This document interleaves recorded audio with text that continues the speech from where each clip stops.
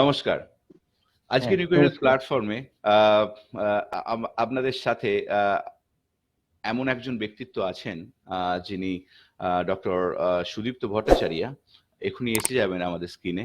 তো অরিজিৎ প্লিজ আমাদের স্যারকে আমাদের হ্যাঁ, গ্রেট। সো নমস্কার নমস্কার স্যার, বিশ্বজিৎ বাবু। ডক্টর সুদীপ্ত হ্যাঁ, ভট্টাচার্য আপনাদের সামনে এসে গেছেন।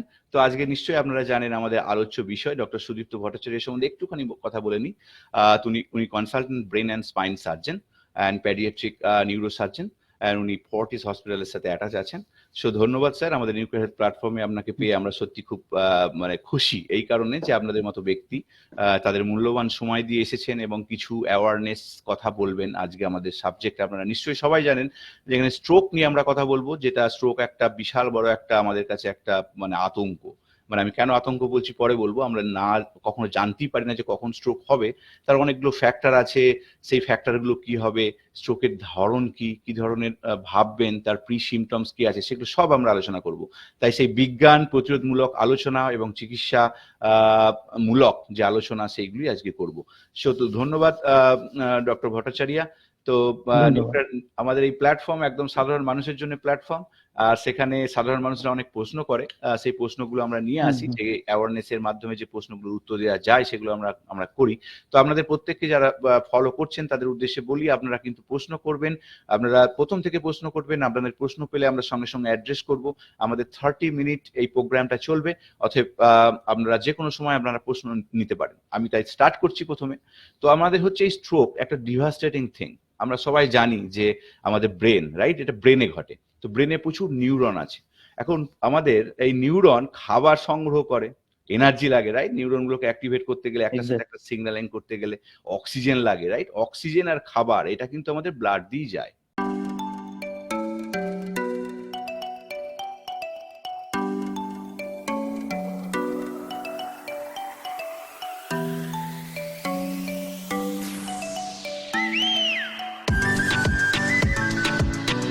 ঠিক আছে। এবার সেখানে প্রচুর আমাদের ক্যাপিলারি ভেসেল আছে, রাইট। সেই নেকের পাশ দিয়ে যায়, এরকম ভেসেল আছে। তো সেগুলো আমরা ডাক্তারবাবুর কাছে শুনবো। তো সেখানে অনেক কিছু সমস্যা, ডিসব্যালেন্স যখন হয়, অক্সিজেনের অভাব হয়, খাবারের অভাব হয়, বা অন্যান্য বিভিন্ন ধরনের কোমরবিডিটিস থাকলে অনেক কিছু থিন ওয়ালের কিছু চেঞ্জ হয়ে যায়, ডাইলুট হয়ে যায়, সেগুলো কখনো কখনো অ্যাক্সিডেন্ট, এগুলোকে বলা হয়, একটা বড় ধরনের অ্যাক্সিডেন্ট ঘটে ভেতরে। এবং তখন কি হয়, আমাদের এই অপারেশনটা ব্রেনের প্রচুর ধরনের সমস্যা তৈরি হয়, এবং তখন আমাদের একটা স্ট্রোকের ব্যাপার আকার ধারণ করে, তারই নামকরণ করে। তো আমরা প্রথমে আপনার কাছে জানতে চাই যে এই স্ট্রোক ব্যাপারটা কি, মানে জেনারেল ভাবে এর পেছনের বিজ্ঞানটা যদি আপনি আমাদের সাধারণ মানুষের কাছে তুলে ধরেন, যে আগে আমরা জানবো যে স্ট্রোক ব্যাপারটা আমরা অনেকে অনেক রকম ভাবে জানি। আপনার কাছ থেকে একটু শুনে নিতে চাই যে স্ট্রোকটা আমরা কি বলে জানবো, কি কি ব্যাপারটা কি। হ্যাঁ, স্ট্রোক আমরা যেটা ব্রেনেই হয়। অনেক সময় অনেকের ধারণা, অনেকে বলে হার্টে হয়েছে। হার্টে কিন্তু কখনো স্ট্রোক হয় না, স্ট্রোক হয় ব্রেনেই। আর একটা আমাদের বাঙালিদের পেশেন্টদের কাছ থেকে খুব শোনা যায় যে গ্যাস উঠে স্ট্রোক হয়ে গেছে। এটাও বারবার বলছি, এটা একদম সম্পূর্ণ একটা ভুল ধারণা যে গ্যাসের সঙ্গে স্ট্রোকের কোনো রকম ধারণা সম্পর্ক নেই। স্ট্রোক এমন একটা জিনিস যেটা ব্রেনে হঠাৎ করে রক্তের সঞ্চালনে বাধাপ্রাপ্ত হলে স্ট্রোকটা হয়। এবার দু ধরনের স্ট্রোক হতে পারে। ডাক্তারবাবু যেমন বললেন, ডক্টর বিশ্বরূপ, যে আমাদের ব্রেনের খাবার চাই, সেটা যায় হচ্ছে শিরার মাধ্যমে, মানে ব্লাড ভেসেলস আমরা বলি। এই হার্ট থেকে গলার চারপাশ দুদিক থেকে মোটা দুটো মেন আর্টারি বা ব্লাডের শিরা ব্রেনের মধ্যে যায়, যেটাকে ক্যারোটিড আর্টারি বলে। এবং সেটা ভেতরে, ব্রেনের ভেতরে গিয়ে জালির আকারে পুরো ব্রেনটাকে খাবার সরবরাহ করে। এবার দুটো কারণে স্ট্রোক হতে পারে। স্ট্রোক মানে কি, ব্লাড সাপ্লাই বন্ধ হয়ে গেল ব্রেনের কোনো একটা জায়গায়। কিভাবে বন্ধ হতে পারে? এক হচ্ছে, যে শিরা দিয়ে ব্লাড গুলো যাচ্ছে বা ভেতরে ধমনী বা জালিকার মধ্যে থেকে যাচ্ছে, সেইটা হঠাৎ করে যদি বন্ধ হয়ে যায়, সেটাকে বলে ইসকেমিক স্ট্রোক। তখন খাবারটা আর যেতে পারছে না, তখন হয় ইসকেমিক স্ট্রোক। আর একটা হচ্ছে, এই যে শিরাগুলো যাচ্ছে, শিরাগুলো গিয়ে অনেক জালি, সরু সরু সরু শিরা ব্রেনের ভেতরে বিভিন্ন জায়গায় যাচ্ছে, হঠাৎ করে কোনো কারণে সেই শিরা ফেটে গেল, ফেটে গিয়ে তার চারপাশে রক্ত জমল, সেটাকে বলে হেমারেজিক স্ট্রোক। দুটোই স্ট্রোক, একটা রক্ত নালী বন্ধ হয়ে গিয়ে, আর একটা রক্তের নালি ফেটে গিয়ে। আমি খুব সহজ ভাষায় একটা উদাহরণ দিতে পারি। আমাদের বাড়িতে যে ওই ট্যাপ কলে জল আসে, সেইবার অনেক দিন ধরে জলের ওই নালি পরিষ্কার না করি, তাহলে দেখবেন জলগুলো আস্তে আস্তে সরু হয়ে যাচ্ছে, বা কোনো একদিন হঠাৎ করে জলটা বন্ধ হয়ে গেল। সেই যে কারণে জলটা বন্ধ হতে পারে, বন্ধ হয়ে গিয়ে। অথবা দেখবেন রাস্তার মধ্যে হঠাৎ করে যে বড় বড় পাইপ থেকে জল আসে, পাইপটা ফেটে, এই কারণে আমাদের বাড়িতে জল আসছে না।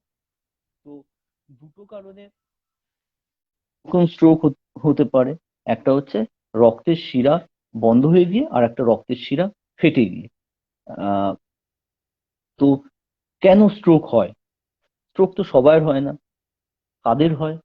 আমরা দুটো এজ গ্রুপকে ভাগ করতে পারি। ইউজুয়ালি 35 থেকে 55 বছরের মধ্যে খুব বেশি স্ট্রোক হয় না। 55-এর উপরে, 55 ইয়ার্স অর অ্যাবাভ, 55 বছরের উপরে বয়স্ক মানুষদের স্ট্রোকটা বেশি হয়। আমরা দেখি স্ট্রোক কতজনের হয়, এটা বড় প্রশ্ন। মোটামুটি যদি আমরা দেখি 35 থেকে 55 বছর বয়সী মানুষদের ক্ষেত্রে 1 লাখে মোটামুটি 10 থেকে 30 জনের হয়। আর 60 বছর বা 65 বছরের উপরে তাদের হয় 1 লাখ মানুষের মধ্যে প্রায় 70 জনের মতো হয়। তো আহ, সবাই হয় না। কাদের হচ্ছে? স্ট্রোক সাধারণত কোনো একটি রোগ কিন্তু নয়। হ্যাঁ, গুড ইভিনিং। আমরা বলি স্ট্রোক হচ্ছে বিভিন্ন রোগের একটা বহিঃপ্রকাশ। যেমন যদি কি কি রিস্ক ফ্যাক্টর থাকে, কাদের স্ট্রোক হওয়ার সম্ভাবনা বেশি থাকে। প্রথম হচ্ছে হাইপার টেনশন, মানে ব্লাড প্রেশার। দ্বিতীয় হচ্ছে ডায়াবেটিস, ডায়াবেটিস যদি থাকে। ডিসলিপিডেমিয়া, মানে ব্লাডের মধ্যে কোলেস্টেরল, ট্রাইগ্লিসারাইড এগুলো বেড়ে যাওয়া। এইচডিএল বলে একটা কম্পোনেন্ট আছে, সেইটা কমে যাওয়া। ইউরিক অ্যাসিড বেশি হয়ে যাওয়া। এগুলোকে একসঙ্গে বলে মেটাবলিক সিন্ড্রোম। ওবেসিটি, আর একটা most common cause of for the male, ছেলেদের জন্য, হচ্ছে স্মোকিং। এইসব কারণগুলোয় যাদের থাকে, অ্যালকোহল, অ্যালকোহল যারা ইররেগুলার রোজ খাচ্ছেন, হ্যাবিচুয়াল, তাদের ডেফিনেটলি স্ট্রোক হওয়ার প্রবণতা অনেক বেশি, যাদের এগুলো থাকে না।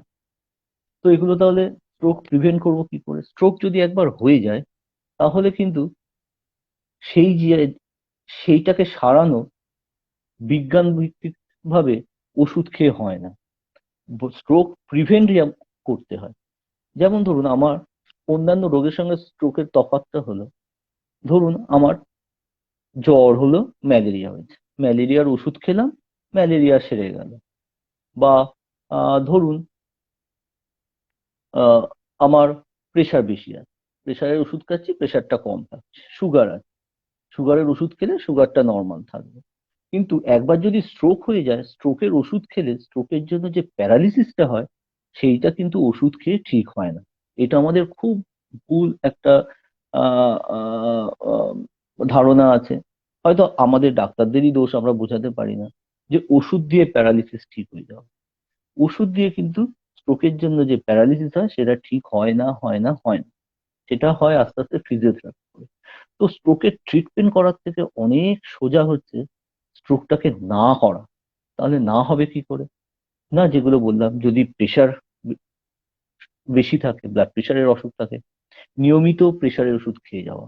আমাদের কাছে প্রচুর পেশেন্ট এরকম আছে, যারা প্রেশারের ওষুধ খেতে খেতে তাদের প্রেশারটা নর্মাল হয়ে গেছে।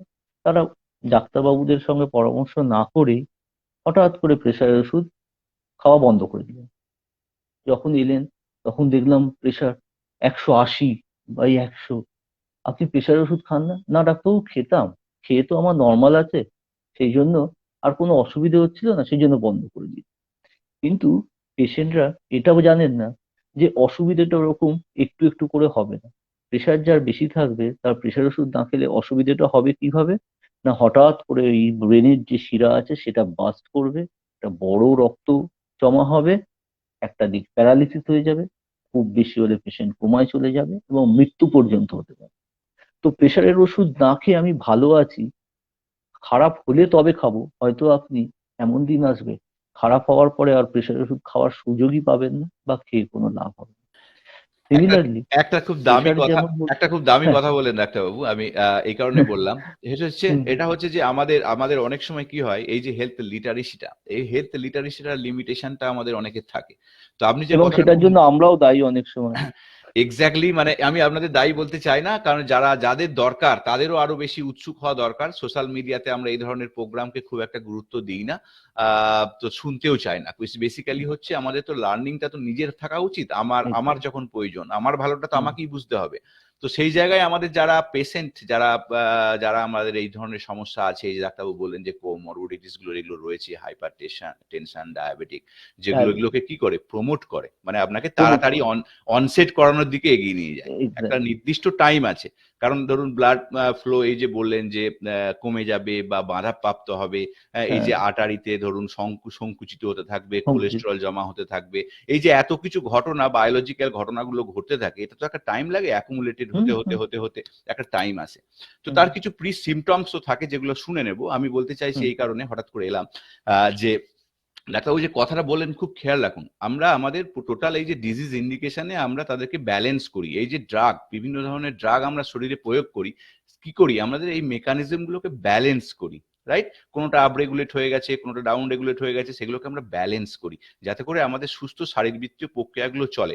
তো এরকমই প্রেশার যদি আমাদের বেড়ে মানে নর্মাল থাকে, আমরা ভাবছি আর খাবো না, কিন্তু তার পরের দিন আবার ২-৪ দিনের পর থেকেই যখন এই যে ওষুধের কাজটা যাই বন্ধ হয়ে যাবে, তখন হুম, আবার ওটা তার নিজের এক্স্যাক্টলি। জায়গায় ফিরে আসবে। আর আমরা কেউ চেক করি না। তাহলে চলতে থাকবে, ওষুধ না খেয়ে যখন চলতে থাকবো, হঠাৎ করে এই ধরনের অ্যাক্সিডেন্ট গুলো ঘটতে থাকে। এটাকে আমি অ্যাক্সিডেন্ট হিসেবেই বলছি, কারণ এগুলো হঠাৎ করেই ঘটে। মানে যেমন রাস্তাঘাটের অ্যাক্সিডেন্ট ঘটে, হ্যাঁ, ঠিক এগুলো ঠিক হঠাৎ করেই স্ট্রোকের এরকম। হ্যাঁ স্ট্রোকের আরেকটা নাম তো আপনি জানেনই, মানে সেরিব্রোভাস্কুলার অ্যাক্সিডেন্ট আমরা বলি সিভিএস। আচ্ছা। সেরিব্রোভাস্কুলার accident, it is an accident. আচ্ছা, আমাদের একজন জানতে চেয়েছে, স্যার আমি কিছু জানতে চাই। উমানাথ হ্যাঁ, ভট্টাচার্য, আপনি আপনার যে কোশ্চেনটা আছে আপনারা টাইপ করে দিন। আমরা নিশ্চয়ই কোশ্চেন নেব। এই জন্যই আমাদের আলোচনা। আপনাদের জন্যই এই আলোচনা। আর এই জন্য আমি ডক্টর বাবুকে ধন্যবাদ জানাই। তো যে হ্যাঁ, প্রি কিছু সিম্পটম কি এরকম আছে যে আমাদের ধরুন প্রি সিম্পটম হঠাৎ করে হয়ে যাওয়া, তার আগে কি আমরা এগুলো বুঝতে পারবো? যে স্ট্রোকের একটা ইন্ডিকেশন, মানে প্রি কিছু সিম্পটম যেগুলো থেকে আমরা আরো কিছু সাবধান হতে হ্যাঁ, পারবো? হ্যাঁ, কিছু কিছু ক্ষেত্রে আহ, যদি ব্লাড প্রেশার বেশি থাকে তাহলে কয়েকদিন ধরে আমাদের মাথা খুব যন্ত্রণা হচ্ছে, মাথা ব্যথা হচ্ছে, সেইটা একটা। আহ অনেক সময় একটা ডিজিনেস বা মাথা ঘোরা, একটু ঝিনঝিন করা,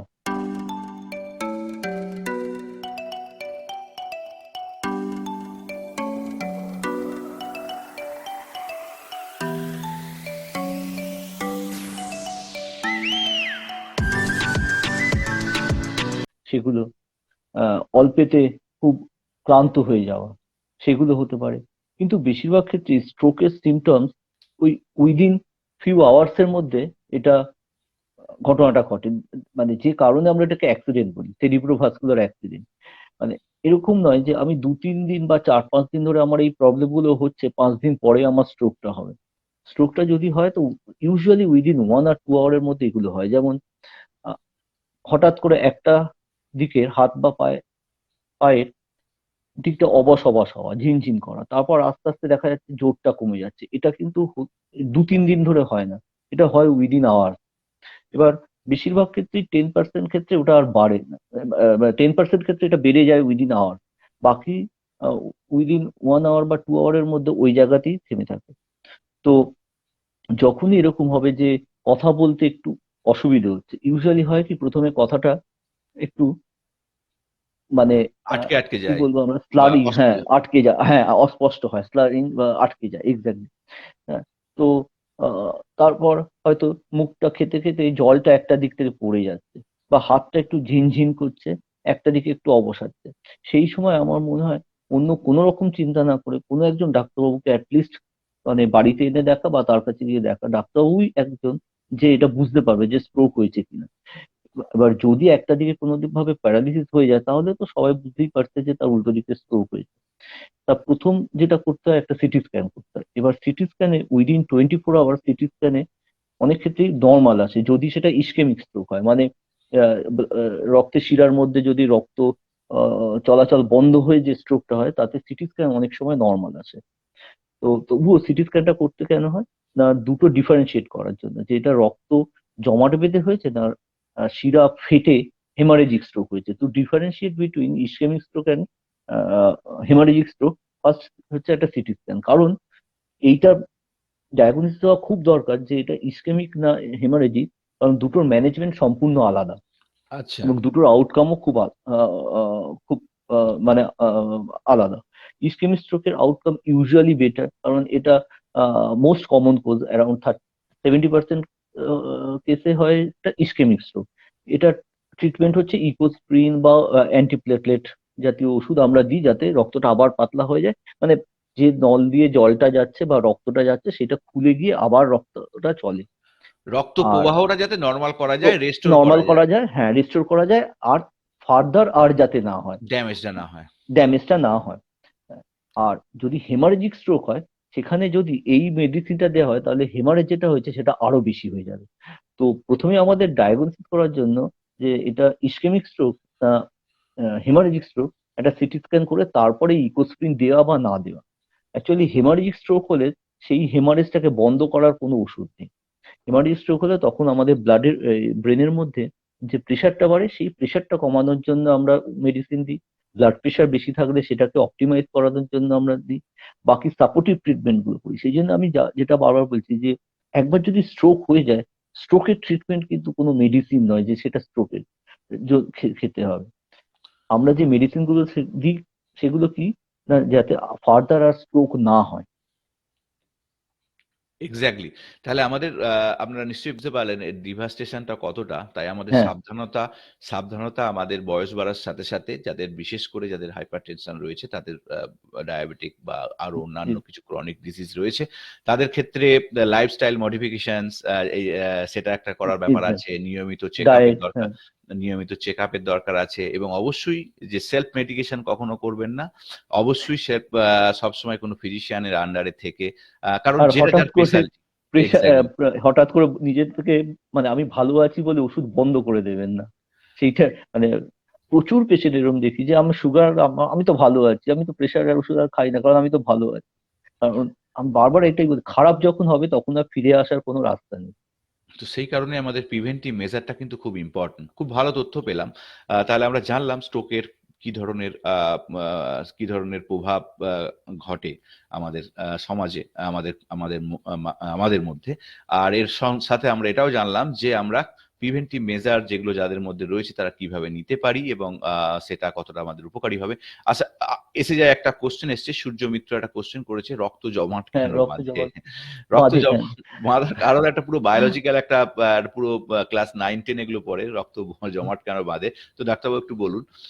হ্যাঁ, রক্ত জমাট যেটা বললাম দুভাবে, একটা হচ্ছে শিরার মধ্যে যেটা থেকে রক্ত প্রবাহ বন্ধ হয় সেটার জন্য ওই মানে কোলেস্টেরল ডিপোজিট হয়ে হয়ে যে রক্তের শিরাটা আছে সেটা আস্তে আস্তে ছোট হয়ে যেতে পারে। সেটা এই মেইন দুটো যে ভেসেল বললাম যেখান থেকে রক্তের শিরা ব্রেনের মধ্যে যায়, ক্যারোটিড আর্টারি, সেখানে হতে পারে, অথবা অনেকের হার্টে হতে পারে। এবার এইখানে ক্যারোটিড আর্টারি থেকে যে কোলেস্ট্রল গুলো জমা হয় বা সেগুলো ডিসলজ হয়ে গিয়ে রক্ত প্রবাহ ব্রেনের মধ্যে গিয়ে ছোট ছোট যে শিরা আছে সেগুলোকে বন্ধ করে দেয়, অথবা হার্টে যদি জমা হয় হার্ট থেকে সেগুলো ব্রেনে গিয়ে সেগুলো বন্ধ করে দেয়। সেই জন্য কোলেস্ট্রলটা কন্ট্রোল করা খুব দরকার যাদের বেশি থাকে। আর আরেকটা রক্ত জমা যেটা ব্লাড ভেসেল মানে বাস্ট করে গিয়ে হয় ব্রেনের মধ্যে, সেটাও খুব মারাত্মক, সেটা খুব লাইফ থ্রেটনিং। সেটা রক্ত জমাট বাঁধে কারণ রক্তের শিরাটা ছিঁড়ে গিয়ে কিছুটা রক্ত বেরোয়, তারপর সেটা স্পন্টেনিয়াসলি বন্ধ হয়। কিন্তু বন্ধ হয় কারুর হয়তো 10 ml হয়ে বন্ধ হয়, কারুর 30 ml, কারুর 100 ml হয়ে বন্ধ হয়। যার 10 ml হয়ে বন্ধ হয় সে তার ক্ষেত্রে সেই পেশেন্টের মৃত্যুর সংখ্যা কম, কিন্তু যার more than 30 ml হয় তাদের ক্ষেত্রে কিন্তু ওটা অপারেশন করে বার করতে হয়। তাহলে এটা আরেকটা কথা এই প্রসঙ্গে বলি, ক্লাস 10 এর কথা বললাম। তঞ্চন কিন্তু রক্ত আমাদের খুব তঞ্চন, প্রয়োজন। এক্স্যাক্টলি, হ্যাঁ রক্ত জমাট বাঁধা এটা কিন্তু আমাদের একটা শরীরে প্রচুর ধরনের অনেকগুলো প্রোটিন একসাথে ক্যাসকেড হয়ে কাজ করে কিন্তু রক্ত জমাট বাঁধায় এবং এটা কিন্তু আমাদের খুব প্রয়োজন। নাহলে হাত কেটে গেলে কিন্তু খুব রক্ত প্রয়োজন। আর জমাট বাঁধতো না। রাইট? তো রক্ত জমাট না বাঁধাও একটা আলাদা রোগ আছে, সেগুলো নিয়ে আজ হুম, বলছি না। জাস্ট আমি বলতে চাইছি যে আমরা কত রকম জিনিস আছে আমাদের আমাদের এই যে হিউম্যান বডিতে, কত রকম সিস্টেম কাজ করে। তো সেক্ষেত্রে এই স্ট্রোকের ক্ষেত্রে একরকম ফিনোটাইপ, মানে ফিনোটাইপ বলতে একরকম এক্সপ্রেশন, একরকম কাহিনী ঘটে। কাহিনী ঘটে মানে বায়োলজিক্যাল যে ব্যাকগ্রাউন্ড বললাম, যে ঘটনাগুলো ঘটছে, যে কারণে এগুলো হচ্ছে, এমনি আদার অনেক ডিজিজের ক্ষেত্রেও আলাদা আলাদা করে কারণ থাকে। তাই আমাদের হেলথ লিটারেসিটা কিন্তু আমাদের প্রত্যেক দিনের কিন্তু আজকে দরকার। আমি সুস্থ আছি, আমার প্রয়োজন নেই, এটা কিন্তু কনসেপ্ট নয়। এই নিউক্লিয়ার হেলথ কিন্তু এটাই আপনাদের সামনে করে চলেছে।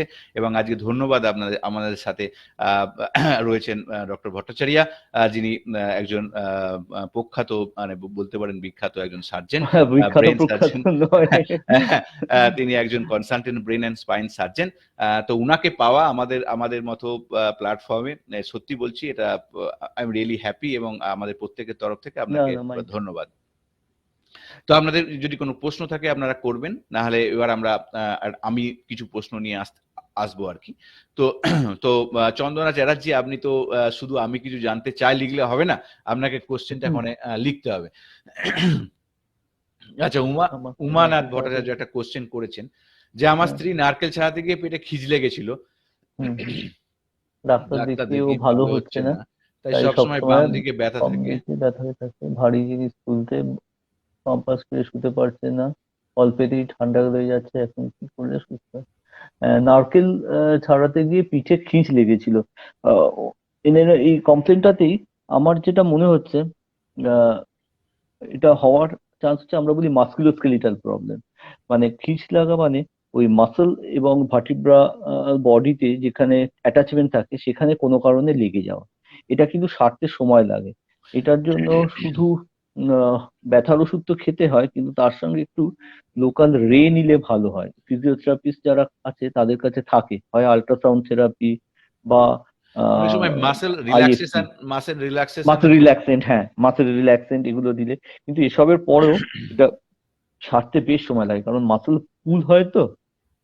তো রেস্ট নেওয়া এবং একটু মাসেল রিল্যাক্সেন্ট, আর একটু এই আল্ট্রাসাউন্ড থেরাপি যারা ফিজিওথেরাপিস্ট আছে তাদের কাছে থাকে, খুব কমনলি অ্যাভেলেবেল। তো 2 সপ্তাহ ওই রেটা নিলে একটু সুবিধে হয়। যাই আর হোক, যদি হ্যাঁ আপনি যদি কনসাল্ট করে থাকেন কোনো ডাক্তারবাবুর কাছ থেকে, কনসাল্ট করুন। আর না হলে যদি হ্যাঁ, দীর্ঘদিন, মানে 1 মাস 2 মাস হয়ে যাচ্ছে, কোনো রেসপন্স হচ্ছে না, অবশ্যই সেকেন্ড ওপিনিয়ন নেন। সেকেন্ড ঠিক ওপিনিয়ন আছে? একটা।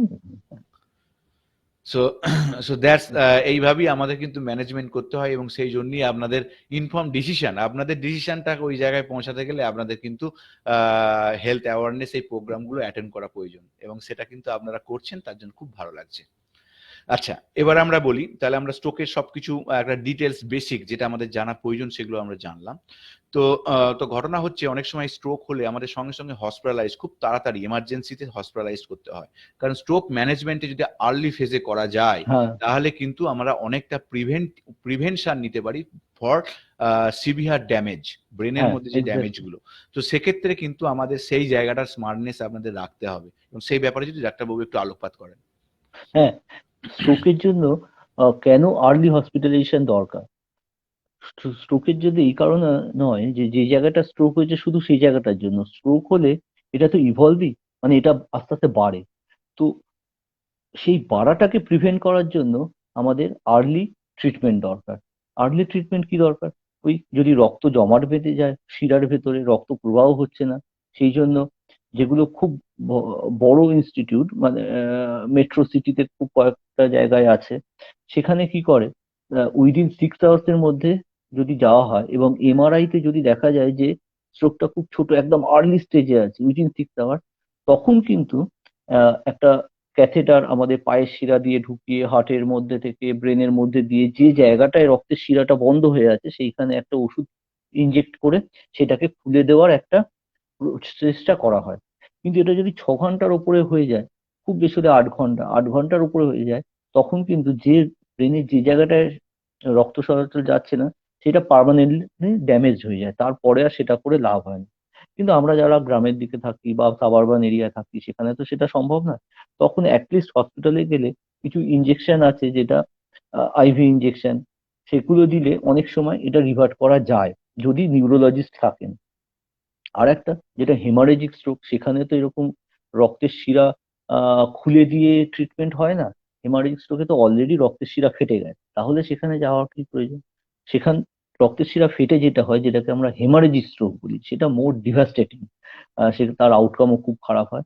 তো আমরা সেই মুহূর্তে যদি তাড়াতাড়ি হসপিটালে নিয়ে যাই, ডাক্তারবাবুদের কাছে যদি আমরা দেখাতে পারি, তাহলে আহ, ডাক্তাররা বাবুরা কি করেন না, ব্রেনের যে প্রেশারটা বাড়ে ওই হেমারেজটা বাড়ার জন্য, সেটা প্রেশারটা কমানোর কিছু মেডিসিন আছে, সেগুলো তাড়াতাড়ি দিলে প্রেশারটা কম থাকে। ব্লাড প্রেশারটা কমের ওষুধ তখন ওরালি খাওয়ানো যায় না, অনেক সময় ইঞ্জেকশন দিয়ে দিতে হয়। তো অনেক সময় পেশেন্ট আনকনসিয়াস হয়ে যায়, এই জন্য পেশেন্টকে অক্সিজেন, স্যালাইন বা যদি ইন্টুবেশনের দরকার হয় সেগুলো করার দরকার হয়। তো initial part of stroke management is very important. আমরা দেখেছি বহু বছর ধরে আমি স্ট্রোকের ট্রিটমেন্ট করছি, সেটা হেমারেজিক হোক আর ইসকেমিক হোক, আমরা অপারেশনও করতে হয়। আমরা একটাই দেখি, পেশেন্ট যত ভালো অবস্থায় হসপিটালে আসে তত ভালো অবস্থাতেই হসপিটাল থেকে ডিসচার্জ হয়। যে পেশেন্ট খুব কোমায় আসে সেই পেশেন্ট, এবং হেমারেজ নিয়ে আসে এবং অনেক লেট করে আসে, তাদের কিন্তু আউটকাম খুব ভালো হয় না। তো ইগনোর করার কোনো প্রশ্নই নেই। আমি বলবো যখনই কোনো সিমটমস মনে হবে যে কথাটা অসংলগ্ন হচ্ছে, একটা দিকে পা ঝিনঝিন করছে, একটু উইকনেস হচ্ছে, অ্যাজ আর্লি অ্যাজ পসিবল আপনারা হসপিটালে নিয়ে যান। এবং একটা সিটি হলে তো খুব ভালো হয়। সিটি হলে সঙ্গে সঙ্গে ডিফারেন্সিয়েট করা যায় যে আমরা কোন রাস্তায় যাব। স্ট্রোক হচ্ছে একটা মিডল রাস্তা, তারপরে ট্রিটমেন্টটা হচ্ছে দুটো ভাগে ভাগ হয়ে যায়। এই দুটো ভাগের কোন রাস্তায় আমরা যাব, কোনটা হয়েছে সেটা জানার জন্য ফার্স্ট ইনভেস্টিগেশন যেটা, সেটা হচ্ছে সিটি স্ক্যান। তাহলে আমরা খুব সুন্দর আমরা জানতে পারলাম যে ইনিশিয়াল স্টেজে আমাদের ম্যানেজমেন্টটা কিভাবে করব। তাই আপনারা ফেলে রাখবেন না, যদি এই ধরনের যে সিমটম গুলো আসে, একটু মুখ বেঁকে গেল, কথা বলতে অসুবিধা হলো, নামনেশ হলো, এক সাইড একটু প্যারালাইজ হয়ে গেল, বা এই ধরনের যে জিনিসগুলো সঙ্গে সঙ্গে এসে যায়, যেগুলো স্ট্রোক এর একটা ওয়ান কাইন্ড অফ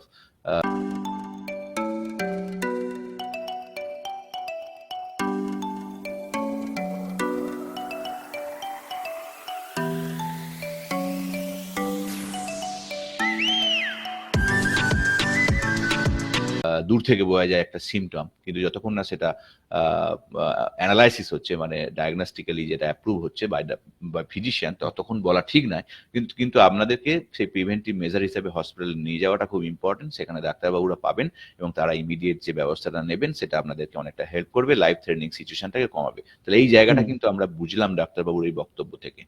আচ্ছা, স্নেহাংশু হুম। পুরোকেত বলছে যে স্ট্রোকের জন্য কি টেস্ট করে রাখবো, স্ট্রোকের জন্য কিছু টেস্ট আগে থেকে করা যায় কিনা, কোনো মার্কার আছে কিনা, সেটা ডাক্তারবাবু যদি একটু আলোকপাত করেন। মানে হ্যাঁ, মানে স্ট্রোক যে যে কারণে হয় সেইগুলো আমাদের জানতে হবে। তো প্রথমে বললাম এগুলোকে আমরা বলি যে রিস্ক ফ্যাক্টর। কি কি টেস্ট? তা মিনিমাম অ্যাটলিস্ট যদি ইয়াং হয়, মানে less than 40, তাদের বছরে একবার অন্তত complete blood count, uric acid, sugar, যদি ফ্যামিলি হিস্ট্রি থাকে তাহলে তো সুগার টেস্ট করতেই হবে, sodium, potassium, liver function test, urea creatine, kidney function test, এগুলো কিন্তু বছরে একবার করা উচিত। এবং যারা একটু এল্ডারলি, মোর দ্যান 60 ইয়ার্স বা মোর দ্যান 50 ইয়ার্স, তাদের বছরে দুবার করে অ্যাটলিস্ট এই টেস্ট গুলো করা উচিত। কারণ এইগুলোর গন্ডগোল থাকলে, লিভার ফাংশন টেস্ট বা কিডনি ফাংশন টেস্ট বা লিপিড প্রোফাইল, এগুলোর যদি প্রবলেম থাকে, সুগার, তাহলে কিন্তু স্ট্রোক হওয়ার চান্স অনেক বেশি। এগুলোকে আমরা কন্ট্রোল করলে স্ট্রোক হওয়ার চান্স অনেক কম। নর্মাল পপুলেশন যাদের কিচ্ছু এসব নেই, তাদের স্ট্রোক হওয়ার চান্স হয়তো 2%, কিন্তু এগুলো থাকলে, এই কোমরবিডিটিস গুলো থাকলে স্ট্রোক হওয়ার চান্স হয়ে যায় প্রায় 10%। তো গ্রেট গ্রেট ইনফরমেশন। তাহলে আপনারা কি বুঝলেন আমি যেটা একটুখানি বলে দিই, একদম সাধারণ মানুষের, আমি আমি সাধারণ মানুষের হয়ে বলছি। তো আমরা যেটা বুঝলাম সেটা হচ্ছে যে আমাদের যে কোমরবিডিটিস গুলো রয়েছে, আমরা যে প্রিভেন্টিভ কেয়ারের কথা বলছেন উনি, তো প্রিভেন্টিভ কেয়ারটা তখনই হয় যখন আপনি বছরে একবার বা দুবার আপনার প্যাথোলজিক্যাল রিপোর্টে আপনার ব্লাডে দেখছেন আপনার ব্লাডের লিপিড প্রোফাইল গুলো কি আছে, বা হুম, কি কি ধরনের আপনি প্রেশার হাই কিনা, যে আপনি প্রেশার বয়সের কোন সময়ে অনসেট হবে আমরা কিন্তু যদি না টেস্ট করি, কেউ জানি টেস্ট না। করি কেউ হুম। জানবো না। তাহলে আমরা প্রেশারটা মেজার করলাম যে আমাদের নর্মাল প্রেশারের বাইরে বেশি প্রেশার, সেটা লং টার্ম থাকছে কিনা, ডায়াবেটিকটা দেখলাম। তাহলে একটা সবসময় আমাদের নিজেদেরকে একটা আন্ডারস্ট্যান্ডিং এ রাখতে হয় যে আমরা কখন কোমরবিডিটিস এর গ্রুপে নাম লেখাচ্ছি। নাম আমাদের লেখাতে হয়, আজ নয় কাল অনেক কি নাম লেখাতে হয় ওই গ্রুপে। তো সেক্ষেত্রে আমাদের হ্যাঁ, এই সেই টেস্টিংটা কিন্তু আমাদের আগে থেকে করে রাখা ভালো, তাহলে আমরা আগে থেকে প্রিভেন্টিভ মেজারটা নিতে পারবো। কোমরবিডিটিস গুলো সিমটম অনুযায়ী ট্রিটমেন্ট অপশন থাকবে, তাহলে অন্যান্য যে রিস্ক ফ্যাক্টর গুলো এগুলো কমে যাবে। সো এইটাই হলো আমার মনে হয় যে ডাক্তারবাবু যেটা বললেন সেটা একদম যদি মানে লেম্যান ভাষায় আমি যদি আপনাদেরকে বলতে চাই তাহলে এটাই একমাত্র বলা হবে, ঠিক হবে। তো অনেকে প্রশ্ন এসছে, আমরা সরাসরি এবার প্রশ্ন উত্তরে চলে যাব। আমরা মেন তথ্য, মেন জিনিস আমরা আলোচনা করেছি এবং আপনাদের প্রশ্নগুলো আমাদের কাছে খুব গুরুত্বপূর্ণ। আপনারা প্রশ্ন করতে পারেন, আমরা যতগুলো পারবো আমরা ততগুলো প্রশ্ন নিতে পারি। আমরা আরো 15 মিনিট থাকছি। আহ, এই কারণে থাকছি, আপনাদের এত প্রশ্ন চলে এসছে যে সেই প্রশ্নগুলোর উত্তর দেওয়ার প্রয়োজন। তো সৌরভ হাজরা হ্যাঁ, একটা আর একটা বলে রাখি, মানে বলুন স্যার। অ্যাজ এন এশিয়া, মানে এশিয়ান কান্ট্রি বা ইন্ডিয়ান সাবকন্টিনেন্ট, আমরা কিন্তু মোর প্রোন টু স্ট্রোক। মানে ইউএসএ তে, ইভেন ইউএসএ তে হোয়াইট আর মোর রেজিস্ট্যান্ট, কিন্তু ইউএসএ ব্ল্যাকেরা এবং এশিয়ান কান্ট্রি, বিশেষ করে ইন্ডিয়ান, আমরা কিন্তু মানে ইনসিডেন্স অফ স্ট্রোক অনেক বেশি আমাদের। তো সেই এক্স্যাক্টলি। জন্য আমাদের প্রিভেনশনটা খুব দরকার। আচ্ছা, আমরা এবার অনেক প্রশ্ন আসছে একে একে। এটা হচ্ছে আমি আগন্তুক হুম। আমি আগন্তুক বলছে যে হাই ব্লাড কোলেস্টেরল কন্ট্রোলের ক্ষেত্রে কি কি লাইফস্টাইল হ্যাবিট গুরুত্বপূর্ণ? স্ট্রোক হয়েছে এমন Blood- পেশেন্টের এমার্জেন্সি ক্ষেত্রে হসপিটাল নিয়ে যাওয়ার সময় কি কি হুম, প্রিভেনশন কেয়ার এবং কিওর নেওয়া যায় যাতে পেশেন্ট ডেথ রেট পসিবিলিটি কমানো যায়? উনি একটা খুব এক্স্যাক্টলি, খুব ভালো প্রশ্ন। গুরুত্বপূর্ণ হ্যাঁ, প্রশ্ন করেছেন, আপনি খুব যদি এই ভালো। প্রশ্নটার একটু হ্যাঁ, উত্তর দেন। হ্যাঁ, হাই ব্লাড কোলেস্টেরলের জন্য ক্ষেত্রে কি কি কি কি লাইফস্টাইল? লাইফস্টাইল? হ্যাঁ, একটা তো মেডিসিন কোলেস্টেরলের জন্য নিতে হবে, কিন্তু তার সঙ্গে একটু ওয়ার্কআউট করা, মানে অ্যাটলিস্ট দিনে 15 থেকে হাফ অ্যান আওয়ার, আমরা বলি half an hour 30 minutes brisk walking. মানে শুধু আহ, হেঁটে গেলাম তা তা নয়, ব্রিস্ক ওয়াকিং মানে ঘাম ঝরিয়ে হাঁটতে হবে। বা যদি সাঁতার, সুইমিং করা যায়, বা যারা জিমে যায় একটু ওয়ার্কআউট করা হয়। তো কোলেস্টেরল কমানোর জন্য এক হচ্ছে বডি ওয়েট কমানো, ডায়েটের একটা ইম্পর্টেন্ট, সেকেন্ড হচ্ছে কোলেস্টেরল কমানোর মেডিসিন, আর হচ্ছে ওয়ার্কআউট, এই তিনটে। আর একটা সেকেন্ড প্রশ্ন যেটা খুব ভালো, যে স্ট্রোক পেশেন্টকে যখন হসপিটালে নিয়ে যাচ্ছি কি কি প্রিভেনশন আমরা নিতে পারি। বেশিরভাগ ক্ষেত্রেই খুব স্ট্রোক পেশেন্টরা যখন স্ট্রোক হয় একটু ড্রাউজি হয়ে যান, মানে নর্মালি আমাদের যে অ্যাওয়ারনেসটা থাকে, আমরা যেভাবে কথা বলছি সেইভাবে কথা বলতে পারেন না, ড্রাউজি হয়ে যায়। ড্রাউজি হয়ে গেলে যেটা হয়, কাফ রিফ্লেক্স, মানে আমরা এই যে কাশি, সেইটা খুব ক্ষমতাটা কমে যায়। তো আমাদের দেখতে হবে, আমরা বলি অ্যাসপিরেট না করেন, কারণ আমাদের সবারই সবসময় কিন্তু মুখের মধ্যে, গলার মধ্যে একটা সিক্রেশন হয়। আমরা যখন এই সিক্রেশন গুলো হয়, আমরা বেশিরভাগ ক্ষেত্রে সোয়ালো করি, খেয়ে নিই, অথবা আমরা কোথাও যাই, আমরা ফেলে দিই কেশে। কিন্তু যে পেশেন্টের স্ট্রোক হয় তাদের এই ক্ষমতাটা থাকে না। ধরুন আমরা একটা রাস্তা দিয়ে যাচ্ছি 1 ঘন্টা 1.5 ঘন্টা, আচ্ছা আমরা বলুন তো, আমরা 1-1.5 ঘন্টা আমাদের মুখের যে সিক্রেশন হচ্ছে, ভেবে দেখুন তো আমরা কি সেটাকে আহ কি করছি? আমরা কিন্তু হয় বেশিরভাগ ক্ষেত্রে আমরা গিলে নিই অথবা ফেলে দিই, কিন্তু স্ট্রোক পেশেন্ট কিন্তু সেই ক্ষমতাটা থাকে না তাদের। তাহলে গেলার বদলে, পেটের বদলে ওটা কোথায় যাওয়ার সম্ভাবনা থাকে? সম্ভাবনা থাকে লাংসে যাওয়া। সেটা কিন্তু খুব মারাত্মক ব্যাপার। আমরা খুব বেশি পাই এরকম পেশেন্ট, যে পেশেন্ট খুব ড্রাউজি হয়ে যাচ্ছে, যখন এলো আমরা বলি অ্যাসপিরেট করেছেন। অ্যাসপিরেট মানে লাংসে চলে গেছে। এই থুথু বা লালা রস, যেটা স্যালাইভা, সেটা কনসাস পেশেন্ট বা আমি, আমার এখন যদি হয় বেরোয়, আমি সেটা সোয়ালো করেছি, মানে পাকস্থলীতে যাচ্ছে, স্টমাকে, কিন্তু আনকনসাস হলেই সেটা চলে যায় হচ্ছে লাংসে। তো এটাকে প্রিভেন্ট করার জন্য কি করতে হয় না, মা- উম, মাথাটাকে একটু 30 ডিগ্রি অ্যাঙ্গেলে রেখে দিতে হয়, বা পেশেন্টকে একটু পাশ ফিরিয়ে রাখতে হয়। এইটা করলে ওনার যে মুখের লালাটা বেরোবে, সেটা শ্বাসনালীতে না গিয়ে মুখের এক পাশ থেকে বাইরে পড়ে যাবে। আর ডেফিনেটলি যে কোনো অ্যাম্বুলেন্সে তো অক্সিজেন থাকেই। এই যে অ্যাসপিরেশন, নিউমোনিয়া প্রিভেনশন, এটা বিশাল বড় একটা কাজ হয়, না হলে কিছুদিন পরেই পেশেন্টের নিউমোনিয়া হয়, এবং এখান থেকে সেপসিস, পেশেন্ট হয়তো স্ট্রোকের দিক থেকে ইমপ্রুভ করছে কিন্তু সেপসিস হয়ে, মাল্টি অর্গান ফেলিয়ার হয়ে পেশেন্টকে আমরা হারাই। তো যাওয়ার সময় দয়া করে, যদি পেশেন্ট আনকনসিয়াস থাকে, তাকে সোজা এরকম না শুয়ে একটা দিকে কাত করে শোয়াবেন, যাতে মুখের লালাটা বাইরের দিকে পড়ে যায়। আর কখনো কোনো জল খাওয়াবেন না বা কিছু খাওয়ানোর চেষ্টা করবেন না, তাহলেও খুব বিপদ। খুব সুন্দর তথ্য পেলাম, থ্যাংক ইউ আঙ্গন্দুক এই কোশ্চেনটা আনার জন্য। আমরা পরের প্রশ্নে চলে আসছি। পুলক ব্যানার্জি বলেছেন, ওপেন হার্ট সার্জারি এটা সিআরটিডি ইমপ্ল্যান্ট হয়ে থাকলে স্ট্রোকের সম্ভাবনা কি বেড়ে যায়, মানে risk factor open heart surgery হয়ে থাকলে? তো ডাক্তারবাবু একটু আলোকপাত এটা করুন। হচ্ছে ডবল এজেড সোর্ড আর কি, মানে আহ, শাঁখের করাত আমরা যেটা বলি। ওপেন হার্ট সার্জারি পরে হার্টেও যে কোলেস্টেরল বলে হার্টের শিরাগুলোও তো ব্লক থাকে, সেই জন্য আমাদের একটা মেডিসিন দেওয়া হয়, ওই যেটা ইকোস্প্রিন বলে বলি, বা এখন আরো অনেক ভালো মেডিসিন বেরিয়েছে যাতে রক্তটা পাতলা থাকে। রক্ত পাতলা করার জন্য আমরা মেডিসিন দিই, কিন্তু সেই মেডিসিন দিলে সবসময় একটা রিস্ক থাকে যে, যেমন দাড়ি কাটতে গেলে সেই মেডিসিনের পর রক্ত জমাট বাঁধাটা একটু দেরিতে হয়, সেরকম স্ট্রোক হওয়ার সম্ভাবনাও ডেফিনেটলি বাড়ে, হেমারেজিক স্ট্রোক হওয়ার পর। কিন্তু ইসকেমিক স্ট্রোক হওয়ার সম্ভাবনা কমে, কারণ রক্তটা পাতলা থাকে, ব্রেনের মধ্যে ইসকেমিয়া হতে পারে না, সেই স্ট্রোকটা হয় না। কিন্তু হ্যাঁ, হেমারেজিক স্ট্রোক হওয়ার সম্ভাবনা বাড়ে, বা হলে সেটা সাধারণ মানুষের ক্ষেত্রে যতটা বড় হয়ে সেইটা বন্ধ হয়, এইসব পেশেন্টদের ক্ষেত্রে সেইটা আরো বাড়ার সম্ভাবনা থাকে।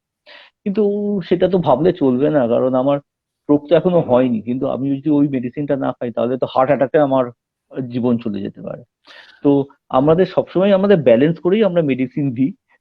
তো যদি ডাক্তারবাবু বলেন যে এই মেডিসিন খেতে হবে, তো খেতে হবে।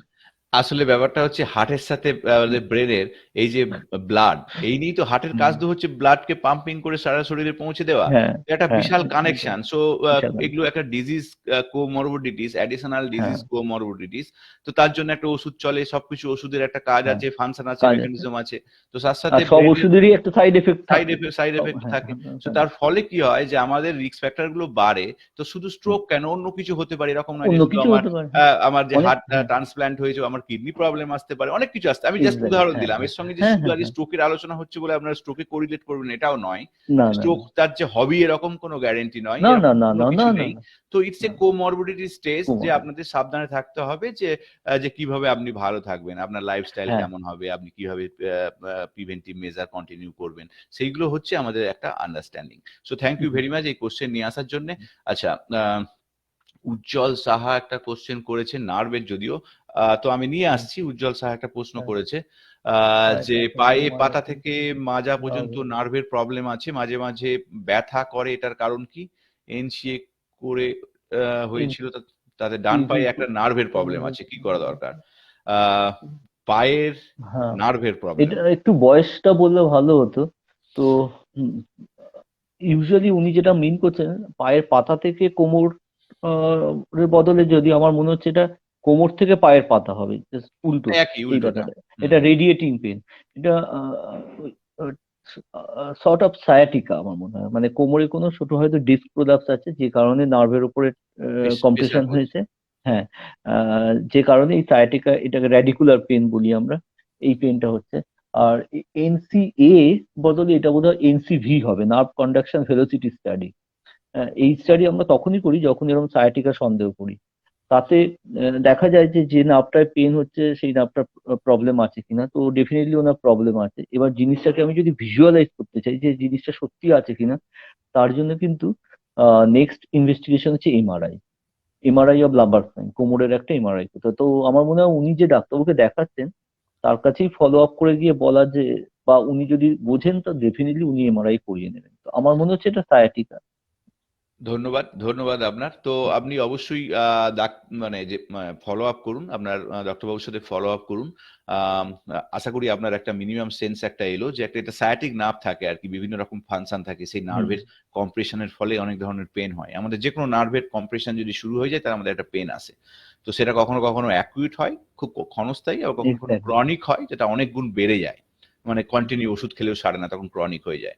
তো যাই হোক, খুব ভালো প্রশ্ন। এবার আমরা আসছি যে স্নেহাংশু পুরোহিত একটা খুব সিম্পল কোশ্চেন করছেন, যেটা আমার মনে হয় সকলে জানা উচিত। LDL, LDL, HDL and VLDL একটু বুঝিয়ে দিন। সো যদিও এটা খুব না না, মানে মানে ইটস রিয়েলি না, সাধারণ মানুষের কাছে এই এই যখন আমরা পরীক্ষা করতে দিই তখন এই লিপিড প্রোফাইল, তখন এই কথাগুলো সব লেখা থাকে। তো আমরা অনেক সময় এক্স্যাক্টলি। বুঝি না। তো এই যে প্রশ্নটা আমার মনে হয় খুব ভালো প্রশ্ন, আমি অ্যাপ্রিসিয়েট করছি এই কারণে যে না, আজকে এই নিয়ে আলোচনা। তো আপনার জানা উচিত, ডক্টর বাবু যদি একটু বলেন। এগুলো কোলেস্টেরলেরই এক একটা মানে টাইপ অফ কোলেস্টেরল। আর একটা হচ্ছে ট্রাইগ্লিসারাইড। তো এর মধ্যে আহ, লো আমরা ডেনসিটি সবসময় lipoprotein LDL, low high density lipoprotein, high হ্যাঁ, high density density lipoprotein, very low density very low lipoprotein. Dense হ্যাঁ, লাইপোপ্রোটিন। হ্যাঁ। সো এরা আর একটা হচ্ছে লাইপোপ্রোটিন। ট্রাইগ্লিসারাইড। হ্যাঁ, ইয়া। এর মধ্যে সবগুলোই যদি বেড়ে যায় খুব খারাপ, এক্সেপ্ট এইচডিএল। এইচডিএলটা বাড়া মানে কিন্তু ভালো। তো যাদের লিপিড প্রোফাইল খারাপ থাকে তাদের এইচডিএলটা কমে যায়, কিন্তু আর এলডিএল, ট্রাইগ্লিসারাইড, ভিএলডিএল এগুলো সব বেড়ে যায়। তো আহ, আহ, আহ, আমরা বলি যে এই ট্রাইগ্লিসারাইডটা বাড়ে, তার জন্য তো সবগুলোর জন্যই মেডিসিন আছে, আলাদা আলাদা একটু মেডিসিন হয়, কিন্তু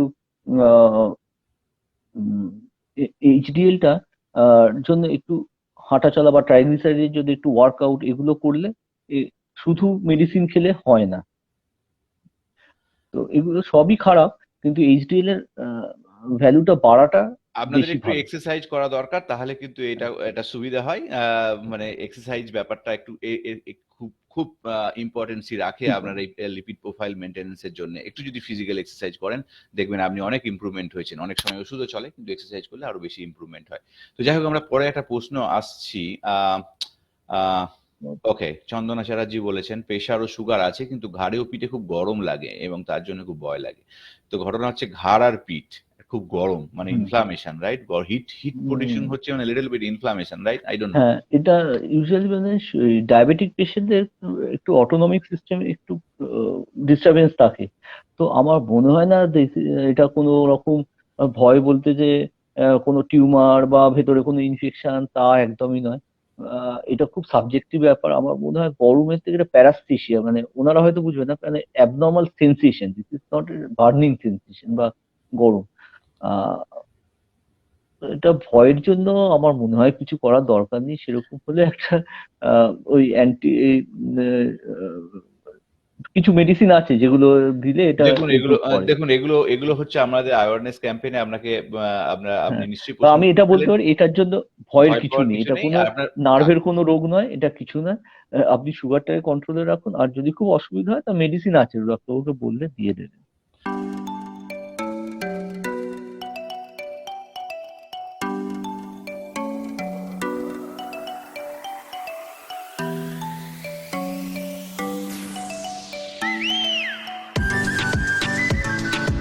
কিন্তু আচ্ছা, এই এর জন্য প্রশ্নটা হ্যাঁ, এই প্রশ্নটা আমি আসছি, আমাদের টাইম খুব কমে আসছে। অপূর্ব রায় বারবার নক করছেন, যদিও এটা কোভিড নিয়ে, আমি একটু বলতে চাই। হ্যাঁ, কোভিড ভ্যাকসিনে বলছেন, কোন একজন ইমিউনোলজিস্ট বলেছেন ভ্যাকসিনে ব্যবহৃত স্পাইক প্রোটিন মানব দেহের পক্ষে খুবই ক্ষতিকারক। এই বিষয়ে যদি কিছু বলেন। তো আমি একটুখানি ইনপুট দিয়ে স্টার্ট করছি। তো ঘটনা হচ্ছে যে আমাদের আমাদের যে কোভিড যারা ইনফেক্টেড হচ্ছে তাদের কি, কোভিড তো একটা mRNA, right?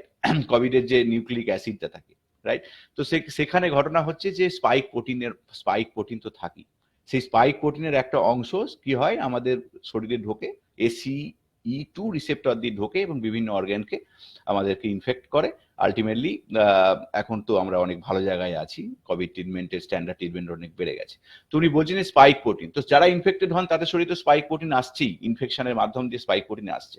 ভ্যাকসিনে spike protein use হচ্ছে বলে যত যে এই যে কনসেপ্টগুলো আসছে, এটা এটা কিন্তু একদম আপনাদের বলবো, যেগুলো বহু তথ্য বহু জায়গা থেকে আসে, সেগুলো কতটা এক্স্যাক্টলি। অথেন্টিক সেটা নিয়ে খুব ডাউট আছে। এবং তারা গবেষণায় কিছু করছে, মানে সব গবেষণায় গবেষণা নয়। আমি একজন সায়েন্টিস্ট হয়ে বলছি আপনাদের, সব গবেষণা গবেষণা নয়। এটা আপনাদের বুঝতে হবে যে গবেষণা, লেজিটিমেট গবেষণা, ভালো ল্যাব থেকে গবেষণা, তার একটা ভ্যালু আছে। আর একটা কিচ্ছু নেই সেখান থেকে গবেষণা, টুকে গবেষণা, সেগুলোর একটা ভ্যালু আছে। ঠিক আছে? তো ঘটনা হচ্ছে যে গবেষণা যা বলবে সেটা সবসময় সত্যি এরকম নয়। সেটা একটা একটা একটা মতবাদ। সেই মতবাদটা যখন সকলে এগ্রি না করছে, সেটার কোনো ভ্যালু নেই। এই যে যত স্পাইক প্রোটিন নিয়ে কাজ হয়েছে, এই যে এতগুলো ভ্যাকসিন বেরিয়েছে, তাহলে স্পাইক প্রোটিন যদি ক্ষতি হতো তাহলে সাইড এফেক্ট গুলো আরো অনেক বেশি হতো। এক্স্যাক্টলি। এক্স্যাক্টলি। অনেক বেশি সাইড এফেক্ট হতো, তাহলে কোনো ভ্যাকসিন অ্যাপ্রুভাল পেতো না। ভ্যাকসিনের যে টেকনোলজি, আজকের টেকনোলজি নয় এই। আর ভ্যাকসিনের যে টেকনোলজি গুলো, এগুলো অনেক আগে থেকে টেকনোলজি, অনেক আগে থেকে আমাদের ভ্যাকসিন নিয়েছে। আপনিও যখন ছোট থেকে বড় হয়েছেন ভ্যাকসিন নিয়েছেন, অনেক ভ্যাকসিন নিয়েছেন। তো ঘটনা হচ্ছে যে আজকে কোভিড এসছে বলে, যে আজকে যখনই ভ্যাকসিন আসছে তখন একরকম অ্যান্টি ভ্যাক্সাররা খুব তেড়ে হুড়ে লেগেছে। হ্যাঁ, তো আমি আপনাদেরকে বলবো এই কারণে যে অনেক এরকম খবরের কাগজে দেখবেন, সব খবরের কাগজের তথ্য সমান নয়। সব নিউজ পেপারে যারা লিখছে তারা কেউ সায়েন্টিস্ট নয়, কোনো রকম স্টাডি করে না। বহু ফেক নিউজ বেরোয়, যে হুম, নিউজগুলোকে অনেক জায়গায় কপি পেস্ট হয়ে যায়, বড় বড় আপনাদের চমক আকারে আপনাদের কাছে প্রেজেন্ট করা হয়। বহু ফেক নিউজ আছে যেগুলো পরে মানে বিবৃতি দিয়ে বলতে হয় এটা ফেক নিউজ। মানে অনেক এ ফেক নিউজ করছে ওর এগেনস্টে, ও ফেক নিউজ করছে ওর এগেনস্টে, এটা বলছে বলে ফেক নিউজ করছে, এগুলো আমাদের আছে। তো এগুলো আপনারা খুবই আমি বুঝতে পারছি আপনাদের মতো সাধারণ মানুষ এগুলো নিয়ে খুব বিব্রত, কিন্তু আমি আপনাদের বলছি যে এই নিয়ে কখনো ওরিড হওয়ার কিছু নেই। স্পাইক প্রোটিন যে মানুষের পক্ষে ক্ষতিকারক তো করোনা ইনফেক্টেড হলেই ক্ষতিকারক আছে, 1%, 1.2% মানুষ তো মারা যাচ্ছে, রাইট? সেই জন্যই তো একদিন এত লকডাউন, এত অচলাবস্থা, রাইট? মানুষ তো মারা যাচ্ছে, আমাদের ইনফেকশন হলে তো মারা যাচ্ছে। স্পাইক প্রোটিন হচ্ছে একটা পার্ট, মানে যেটা হচ্ছে আমাদের প্রত্যেকটা প্রোটিন আমাদের মানে আমরা প্রোটিন নিয়ে গঠিত, রাইট? তার একটা যে ফাংশনাল যে ইউনিট সেই স্পাইক প্রোটিন, যেটা আমাদের ইনফেকশন করে, ঠিক আছে? তো যাই হোক, তাহলে অনেক তথ্য স্পাইক নিয়ে হলো, করোনা নিয়ে হলো, যদিও আমাদের এটা সাবজেক্টিভ ছিল না, কিন্তু আমি এই ব্যাপারটা একটু আলোকপাত করলাম যে ভুল ডিরেকশনে যাওয়ার কোনো দরকার নেই। হ্যাঁ আচ্ছা, আমাদের আর একদম সময় নেই, আমরা প্রায় 50 মিনিটের কাছাকাছি চলে এসেছি। আমরা অনেকক্ষণ সময় দিয়ে আপনাদের সঙ্গে কথা বলি, সাপোর্ট করেছেন, এটা আমাদের কাছে বিশাল পাওয়া। অনেকের অনেক প্রশ্ন যদি থেকে যায়, যদি আমি পারি পরে বা ডাক্তারবাবু যদি পারেন লিঙ্কে হ্যাঁ উত্তর কিছু হয়তো দিয়ে দেবেন ছোট করে। সবসময় সব উত্তর লেখাও যায় না, এত বড় হয়, তো সেই রেসপেক্টে প্রবলেম হতে পারে। তো আগামী দিনে আবার আমরা আসবো এইভাবে আপনাদের কাছে অ্যাওয়ারনেস ক্যাম্পেইন নিয়ে। সো প্রথমে আপনাদের প্রত্যেকের তরফ থেকে, নিউক্লিয়ার হেলথ ফ্যামিলির তরফ থেকে, নিউক্লিয়ার হেলথের তরফ থেকে, যে আমাদের ডক্টর বাবুকে ধন্যবাদ। এত সুন্দর তথ্য এত সহজভাবে মানুষের কাছে, এটা একটা বিশাল বড় বললাম, একটা ডিভাস্টেটিং একটা বিষয়, এত সুন্দর করে পৌঁছে দেওয়ার জন্য আপনাকে ধন্যবাদ। তো আবার আসবো আমরা এইভাবেই কোনো অ্যাওয়ারনেস ক্যাম্পেইন নিয়ে আপনাদের কাছে। সঙ্গে থাকুন নিউক্লিয়ার হেলথ। নমস্কার ডক্টর বাবু, থ্যাংক নমস্কার। You very much. খুব ভালো লাগলো আপনার এই আজকের আমারও। প্রোগ্রাম। অনেক মানুষের উপকার হবে এটুকুনি আমি মনে করি, এবং আপনারা প্লিজ শেয়ার করবেন, যারা মনে করছেন এই ধরনের প্রোগ্রাম মানুষের কাছে পৌঁছানো দরকার, আপনারা প্লিজ শেয়ার করবেন। নমস্কার। নমস্কার।